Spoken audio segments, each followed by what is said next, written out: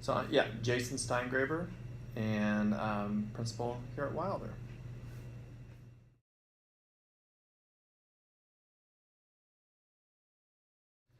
So I've been here at Wilder. This is my 9th year, and then this is my 21st year in the Springfield Public Schools.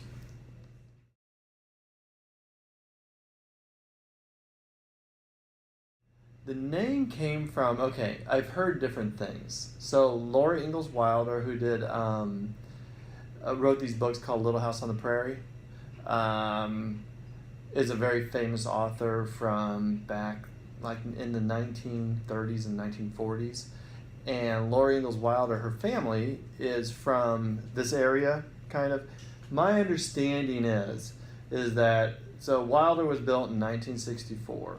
That the family gave, they either owned this property or they had a lot of money that they gave to the property so Springfield Public Schools can build it.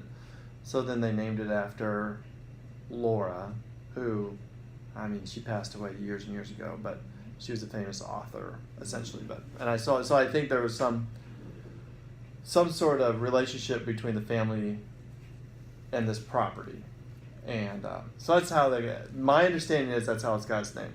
It could be wrong, but either way, that's my understanding.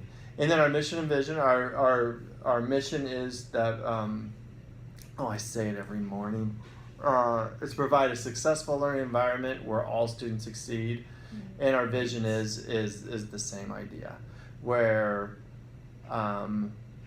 we will differentiate and we will do whatever it takes and meet students where they are at so we can help them grow.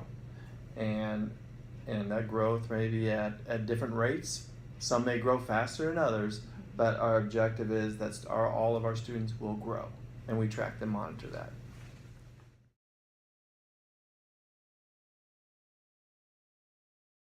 Right now we're at about 430 students. When I started here 9 years ago, we were about 320, so we've had a huge increase. And then when I started here 9 years ago, we had 13 regular ed classrooms. Now we have 18. So total teachers that we have. We also have special programs for students with disability, a couple special programs for that. So our total certified teachers we have about 25 or 27, and then with classified staff like aides and clerical staff, it's a total of about 40 who work in the building. Thank Give or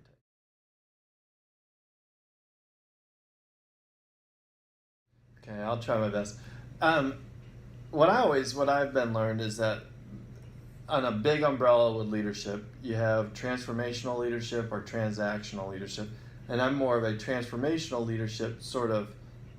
I prescribe to that sort of way of leadership in which the idea is that you always have that growth mindset of trying to get better, and your system, and so you try to breed that sort of ideas into your system, into your building, and how you do that is through different sort of other leadership styles as well. So within that transformational leadership, I would look at like servant leadership, being able to be there for teachers. Mm-hmm.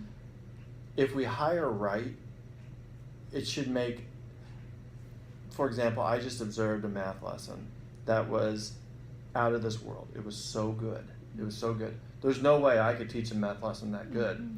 So my objective is what can I do to serve that teacher and make sure that any obstacles are out of her way so she can just do her job. That's what we've gotten to, that point here where pretty much with these teachers, they're so good at what they do. That's my job. That's a big job. Now, there are some points where you have to use that legitimate leadership and power just based off of the position, where you just have to make decisions, be it with discipline, be it with procedures within the buildings and policies. But overall, the mindset is, we're good, we're great, how can we even get better? And what does it take to move that? And there's a lot of different moving pieces to those, but it is growth mindset, serving others, and then I'll throw in, and I don't know where, and accepting the feedback that they give you, so you can work all together in the process.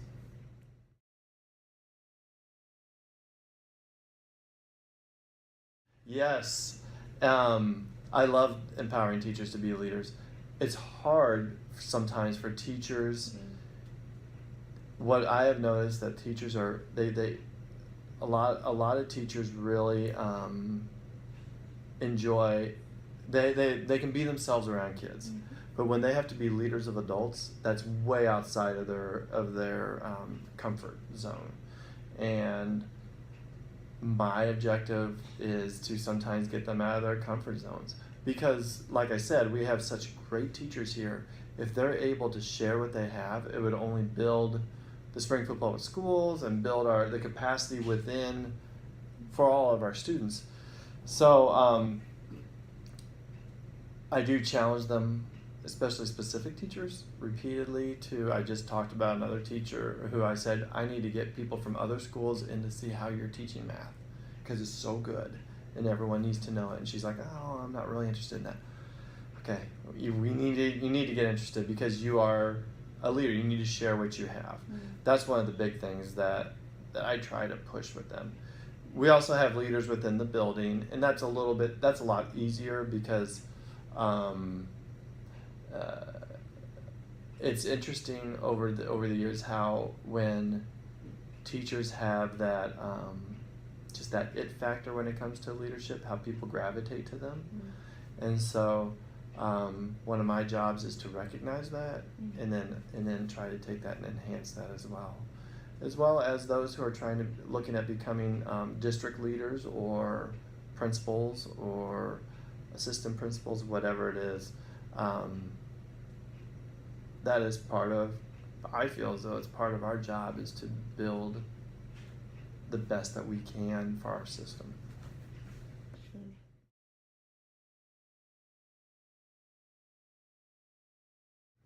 So I always go back to, I've had three for my learning, I've had three true, what I call firsts.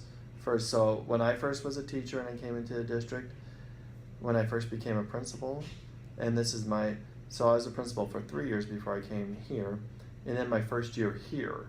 So I've experienced some first things in different ways, and those are three things that I will never forget. So as a first year teacher, the overwhelmingness, letting them understand that is supposed to happen, that will happen, that you will feel overwhelmed due to the fact of you have never experienced any day. You haven't experienced the first day of school, the 25th day of school, the 150th day of school, or the last day of school.